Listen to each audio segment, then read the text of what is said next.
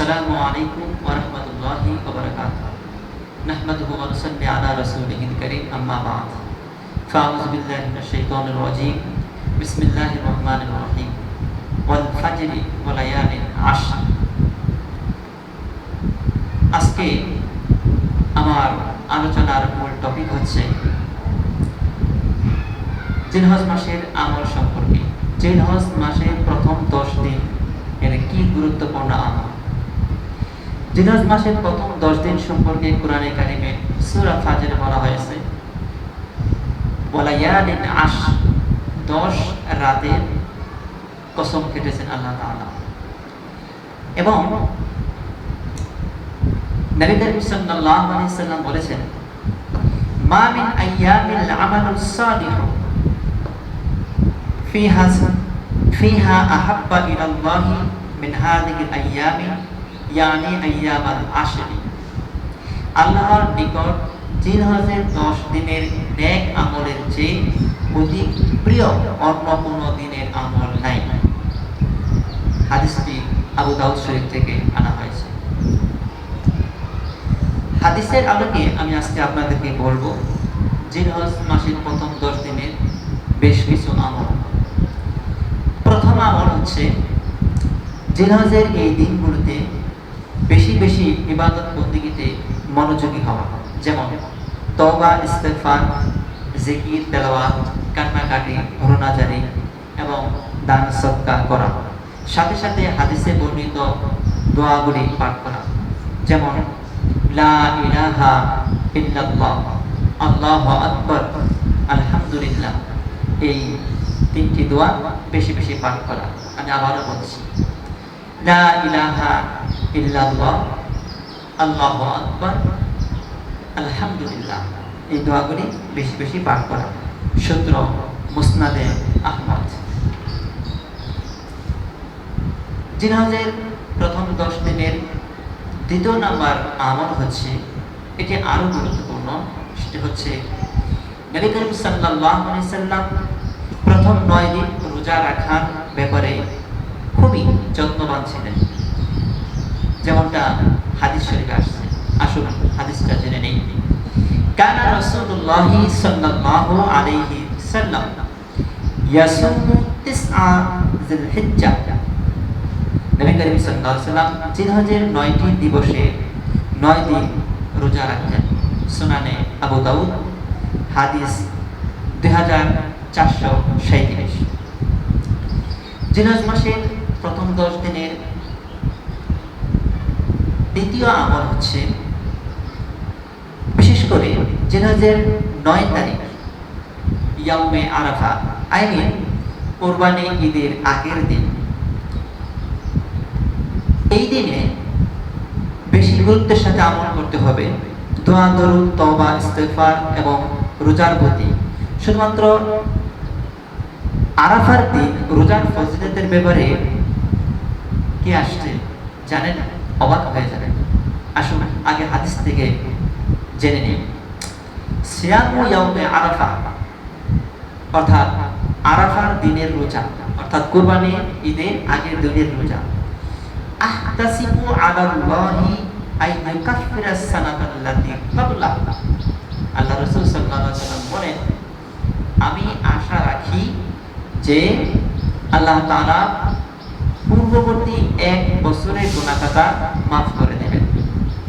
ওয়াস সানাতাল্লাতী বা'দা, এবং পরবর্তী 1 বছরের গুনাহ মাফ করে দেবেন।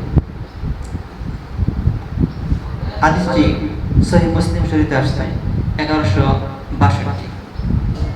4 নম্বর আমল হচ্ছে জিলহজের চাঁদ ওঠা থেকে নিয়ে কুরবানি করা পর্যন্ত নখ, চুল না কাটা।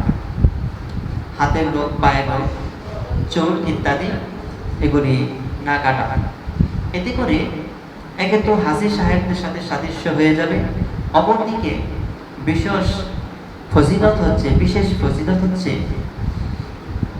হাদিস থেকে আগে শুনো। ইযা রাআইতুম হিলালা যিলহিজ্জাহ, যখন জিলহজের চাঁদ দেখবে, ওয়া আরাদা আহাদুকুম আইয়ুদাহি,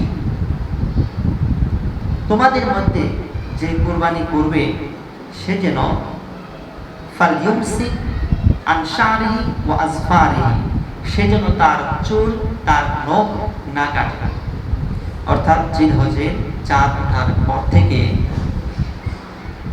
কুরবানি করার আগ পর্যন্ত আপনার চুল, আপনার হাত পায়ের নখ ইত্যাদি আপনি কাটবেন না। এটি হচ্ছে সহিহ মুসলিম শরীফের হাদিস। যদি আপনি না কাটেন তাহলে আপনি অনেক সওয়াবের অধিকারী হবেন ইনশাআল্লাহ। 5 নম্বর আমল, জিলহজ মাস হচ্ছে হজ ও কুরবানি আদায়ের মাস। আল্লাহ যাদেরকে তৌফিক দিয়েছেন তারা যেন গুরুত্বের সাথে হজ এবং কুরবানি করে নেবে। হজ এবং কুরবানি দুটি খুবই গুরুত্বপূর্ণ আমল, বিশেষ করে কুরবানি। হজ এটি করা সবার ভাগ্যে জুটে না। আপনারা যারা আমার আলোচনা শুনছেন, আমি প্রাণ করে দোয়া করি আল্লাহ তাআলা যেন আপনাদেরকে জীবনে একাধিকবার হজ এবং উমরা করার তৌফিক দান করে, আমাকেও তৌফিক দান করে, আমিন ইয়া রাব্বুল আলামিন। জিলহজ মাসে প্রথম 10 দিনে 6 নম্বর আমল হচ্ছে ফজর থেকে নিয়ে, জিলহজ মাসের 9 তারিখ ফজর থেকে নিয়ে জিলহজের 13 তারিখ পর্যন্ত, 13 তারিখের আসর পর্যন্ত তাকবীরে তাশরিক পাঠ করা। তাকবীরে তাশরিক মনে আছে তো আপনাদের? আল্লাহু আকবার, আল্লাহু আকবার, লা ইলাহা ইল্লাল্লাহু, আল্লাহু আকবার, আল্লাহু আকবার, ওয়ালিল্লাহিল হামদ। সর্বমোট 5 দিন তাকবীরে তাশরিক বলা হলেও পরিভাষায় সাধারণত 11, 12 ও 13 এই 3 দিনকে জিলহজের আইয়ামে তাশরিক বলা হয়। রাসূল সাল্লাল্লাহু আলাইহি ওয়াসাল্লাম বলেন, এই আইয়ামে তাশরিকের 3 দিন হচ্ছে পানাহার এবং আল্লাহর জিকিরের জন্য। অর্থাৎ এই 3 দিন 11, 12, 13 এই 3 দিন আপনি কোনো রোজা রাখতে পারবেন না। সম্মানিত সুধী, তাহলে জিলহজ মাসের প্রথম 10 দিনের যে আমলগুলি আমি বললাম তা সংক্ষেপে এক নজর আপনাদেরকে বলে দিতে চাই। 1, নখ ও চুল না কাটা। 2, জিলহজের প্রথম 9 দিন রোজা রাখা, বিশেষ করে আরাফার দিন। 3, বেশি পরিমাণে আল্লাহর জিকির করা। 4, বেশি পরিমাণে তাকবীর পাঠ করা। 5, যথাসম্ভব সদকা করা। 6, অবিরত দোয়া করতে থাকা। 7, বেশি বেশি নফল ইবাদত করা। 8, আন্তরিকভাবে তওবা করা। 9, সামর্থ্য থাকলে হজ ও উমরা করা। 10, সামর্থ্যবান ব্যক্তিরা পশু কুরবানি করবে। আল্লাহ তাআলা আমাদেরকে এই আমলগুলি সহিভাবে করার তৌফিক দান করুন, আমিন ইয়া রাব্বাল আলামিন।